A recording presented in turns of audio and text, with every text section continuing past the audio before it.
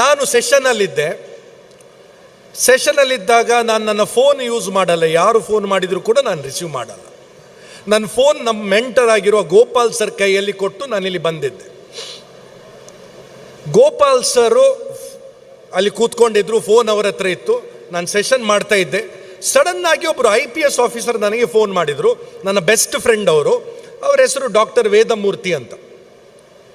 Gopal sir ತೋರಿಸಿದರು, ಹೀಗೆ Vedamurthy sir ಇದು ಫೋನ್ ಬರ್ತಾ ಇದೆ ಅಂತ. ನಾನು ಹೇಳಿದೆ ಇರಲಿ, ಮತ್ತೆ ಮಾತಾಡ್ತೇನೆ ಅಂತ.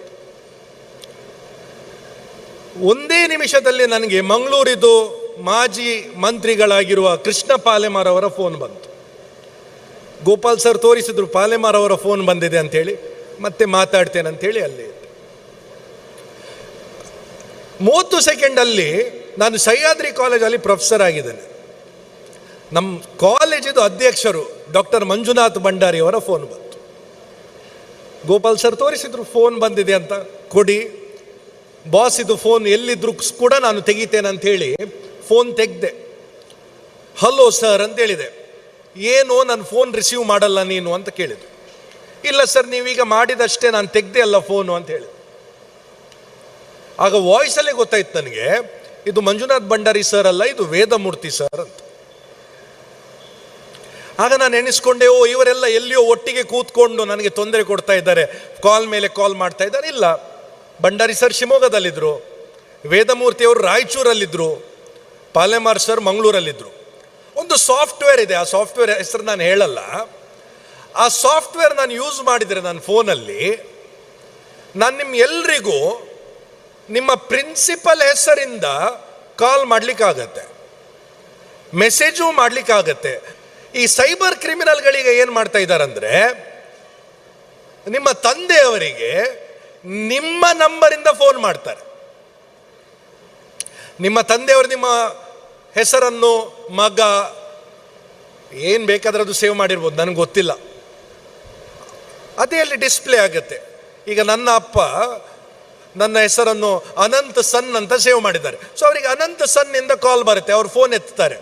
ಆ ಸೈಬರ್ ಕ್ರಿಮಿನಲ್ ಎಷ್ಟು ಬುದ್ಧಿವಂತ ಇದ್ದಾನೆ ನೋಡಿ. ಅವ ಹೇಳ್ತಾನೆ, ಸರ್ ನಿಮ್ಮ ಮಗ ರೋಡ್ ಕ್ರಾಸ್ ಮಾಡ್ತಾ ಇರುವಾಗ ಆಕ್ಸಿಡೆಂಟ್ ಆಗಿದೆ, ನಾನು ಈಗ ಅವನಿಗೆ ಇದು ನಮ್ಮ ಆಸ್ಪತ್ರೆಗೆ ಕರ್ಕೊಂಡು ಹೋಗ್ತಾ ಇದ್ದೇನೆ, ನನ್ನ ಹತ್ರ ಹಣ ಇಲ್ಲ ಚಿಕಿತ್ಸೆಗೆ, ದಯವಿಟ್ಟು ಇದು ನನ್ನ ಗೂಗಲ್ ಪೇ ನಂಬರ್ ಅಂತೇಳಿ ಒಂದು ನಂಬರ್ ಕೊಟ್ಟು 5,000 ರೂಪೀಸ್ ಅಥವಾ 10,000 ರೂಪಾಯಿ ಟ್ರಾನ್ಸ್ಫರ್ ಮಾಡಿ ಅಂತ ಹೇಳ್ತಾರೆ. ಇಲ್ಲಿ ಎಷ್ಟು ಜನರ ತಂದೆಯವರು ಕಳಿಸ್ಲಿಕ್ಕಿಲ್ಲ ಅಂತೇಳಿ ಕೈ ಮೇಲೆ ಮಾಡಿ. 100% ಎಲ್ಲರ ತಂದೆಯವರು ಅಮೌಂಟನ್ನು ಕಳಿಸ್ತಾರೆ. ಯಾಕೆಂದರೆ ಮಗನ ನಂಬರಿಂದಲೇ ಫೋನ್ ಬಂದಿದೆ ಅಲ್ವಾ. ಸೊ ಅದಕ್ಕೆ ನೀವು ನಿಮ್ಮ ತಂದೆಯವರಿಗೆ, ತಾಯಿಯಂದವರಿಗೆ ಇದೇ ಒಂದು ಪಾಯಿಂಟ್ ಹೇಳಬೇಕು. ಇವತ್ತು ಮನೆಗೆ ಹೋಗಿ ಯಾರೇ ನಿಮಗೆ ಈಗ ಫೋನ್ ಮಾಡಿದರೆ, ನನಗೆ ಆಕ್ಸಿಡೆಂಟ್ ಆಗಿದೆ ಅಥವಾ ನನಗೆ ಪೊಲೀಸರು ಹಿಡಿದಿದ್ದಾರೆ, ಏನೇ ಹೇಳ್ಬೋದು, ನನ್ನ ನಂಬರಿಂದಲೇ ಫೋನ್ ಮಾಡಿ. ನೀವು ಆಗ ಕಾಲ್ ಕಟ್ ಮಾಡಬೇಕು.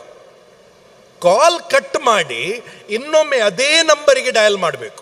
ಅವರು ಎಲ್ಲಿಯಾದರೂ ಆ ಸಾಫ್ಟ್ವೇರ್ ಯೂಸ್ ಮಾಡಿ ಡಯಲ್ ಮಾಡಿದರೆ ಅದು ಅವರಿಗೆ ಹೋಗಲ್ಲ, ಆ್ಯಕ್ಚುಯಲ್ ನಂಬರಿಗೆ ಕಾಲ್ ಹೋಗುತ್ತೆ. ಇಂಪಾರ್ಟೆಂಟ್ ಪಾಯಿಂಟ್ ಇದು. ಮಂಗಳೂರಲ್ಲಿ ಸಾಕಷ್ಟು ಜನರು ಈ ಸೈಬರ್ ಕ್ರೈಮಿಗೆ ಒಳಗಾಗಿದ್ದಾರೆ.